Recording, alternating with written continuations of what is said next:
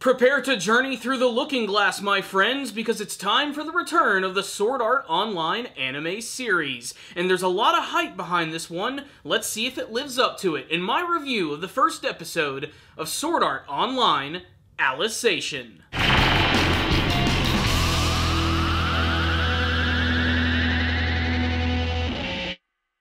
Greetings, my friends! The sci-fi murder RPG series returns with Sword Art Online Alicization. At least that's how I think you pronounce it. Is it Alicization? Is it Alicization?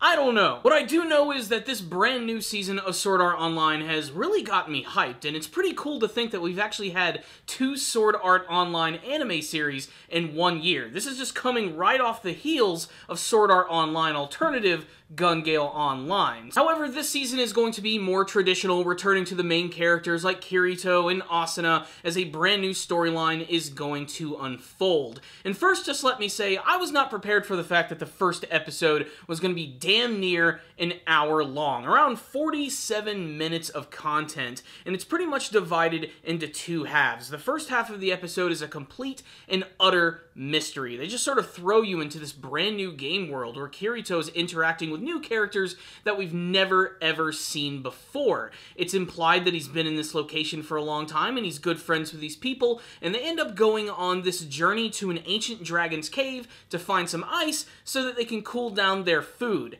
However, we get to learn that within this magical world there are these boundaries that people are not allowed to go outside of. If you go outside these boundaries, you will die. You will be killed. In particular, you will be found by these knights who are known as the Integrity Knights of the Axiom Church. These badasses who fly around on dragons and sort of rule the entire land of the Underworld. And Kirito and his friend Yujiro are friends with this girl by the name of Alice, who accidentally goes outside the boundaries. She's found by this dragon knight, and even her father ends up giving her up, where she's suddenly taken away, and before you can even get used to what's going on here, boom, we cut to Kirito, who's in the middle of some sort of lab and suddenly wakes up. This is all apparently a part of some brand new job he has, where he's actually working for this company which goes by the name of Wrath, and they're creating some brand new form of VR technology, which doesn't necessarily tap into your brain so much as it taps into your very soul. The way that it's actually explained in this episode is done with so much ridiculous techno jargon that it almost becomes funny, and you could actually even turn it into a drinking game. At first, it's actually kind of confusing, but by the end of the episode, it actually does kind of make sense. They do this through a number of different expositional pieces, which sometimes are kind of clunky, but for the most part, it works here. It's also a good excuse to be reintroduced to all of the other main characters of Sword Art Online. So if you're wanting to see characters like Shinon, or Klein, or Lisbeth, or frickin' Silica, they're all going to be here, and of course, Asuna as well. And it looks like they're still going to be diving a little bit more into her relationship with Kirito. You can actually tell that as time has gone on, they've become even closer and almost have something of a weird symbiotic relationship with one another where they absolutely need each other in order to sort of function in the real world. I do like the fact that Kirito has had an amazing amount of development over the course of the series. Because of his involvement with the SAO incident, he constantly keeps getting brought into these various organizations which are researching VR technology, how the brain works, and even the very function of the human soul, to the point where it does kind of disturb him a little bit, but he has big dreams to go to America and discover all of the brand new VR technology, but he can't do it without Asuna, and he wants to bring her along. That's where the episode comes to a very shocking close, where both him and Asuna are walking through the streets at night, and he actually asks her to come along with him to America. They kiss, it's lovey-dovey, blah blah blah, you've seen this stuff before, but things get really interesting when we get the return of Johnny Black, one of the surviving members of Laughing Coffin and someone who's involved with the death gun incident in Gun Gale Online. It looks like he's finally trying to get his revenge against Kirito and even tries to kill him with his signature syringe, and him and Kirito get into this ridiculous battle where they both sort of stab each other, with Kirito getting the syringe and Johnny Black getting an umbrella to the knee, which probably hurt like a bitch, to be perfectly honest. The episode ends, you process your thoughts, and you're like, wow, that was a long first episode. So what's the rundown on the very first episode of Sword Art Online Alicization? First and foremost, I really love what they're actually doing with this arc right here. It's completely different than the stuff that we've seen from the previous seasons. And there's a lot of mystery to the fact that this brand new game world that Kirito is actually going in allows him to not have his memories of it. Basically, every single time he dives into this game, it's like using the power of his soul to sort of like project these dreams in his mind. But when he wakes up, he has no memories of them. So of the friends he made, of the world that he explored, and it's very obvious that they're going for some sort of Alice in Wonderland type vibe for this show. In fact, the two characters in the Underworld game, we have Yu-Gi-Oh! And Alice. Alice is straight up just Alice from Alice in Wonderland. Whether it be the clothes that she has, her overall disposition, she is that character in every way. But I'm interested to see what the deal is with the Underworld in the first place, why it exists, and what it's actually being created for. The fact that this company is actually trying to tap into the actual human consciousness and soul leads me to believe that there's something darker at work here than aside from just making a really cool video game.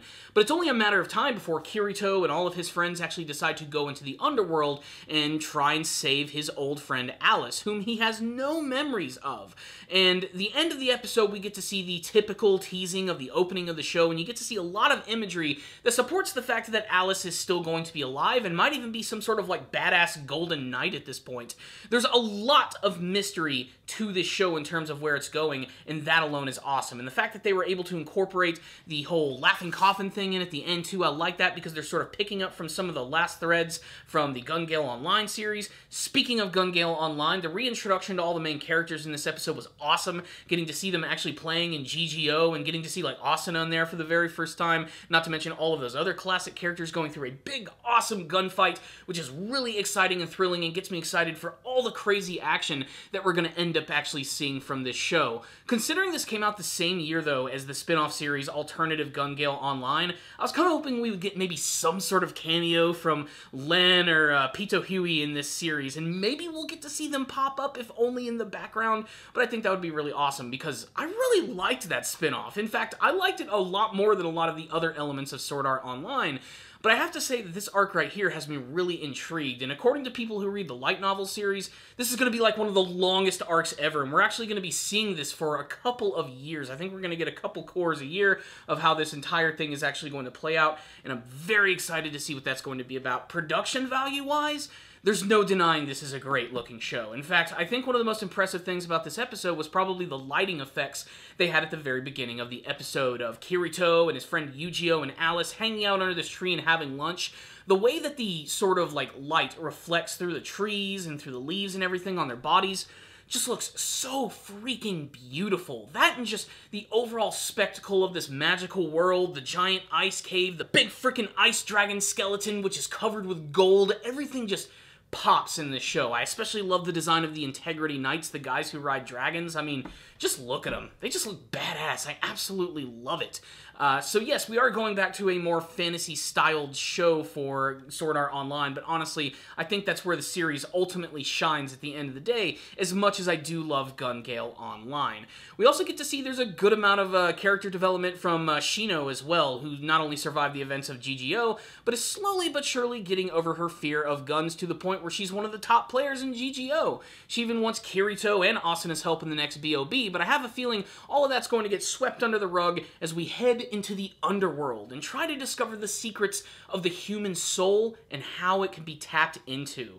This is going to be one hell of an epic sci-fi adventure, and I can't wait to see how it's all going to play out. This was a really great first episode, despite the fact that it was a little long-winded. I didn't think it needed to be nearly an hour long, but they're clearly trying to establish something special for this show, and I'm pumped to see how it's all going to go down. They even do some little, like, seed planting for some other characters we might see later on. Like in Gun Gale Online, they're fighting against this one team with this one dude who looks really freaking awesome. He's got a scar across his face. He almost looks like someone who was in Laughing Coffin. I don't know what's going to go on with them, how they're going to factor into the Underworld. I'm just pumped to see how this is all going to go. The stakes have officially been raised again in SAO, and if you're even a casual fan of this series, you should definitely check this one out. It was a gorgeous, thoughtful, and super thought-provoking episode. Can't wait to see more. I'm giving this one a 5 out of 5. Now, I know that SAO is kind of a contentious series for people. It tends to be one of those black and white type of anime. You either love it, or you hate it. Me, I really like Sword Art Online for what it is. It's always been a very beautiful experience, and it always manages to hit me emotionally, and that's pretty good for a series which is ultimately about just kids playing video games.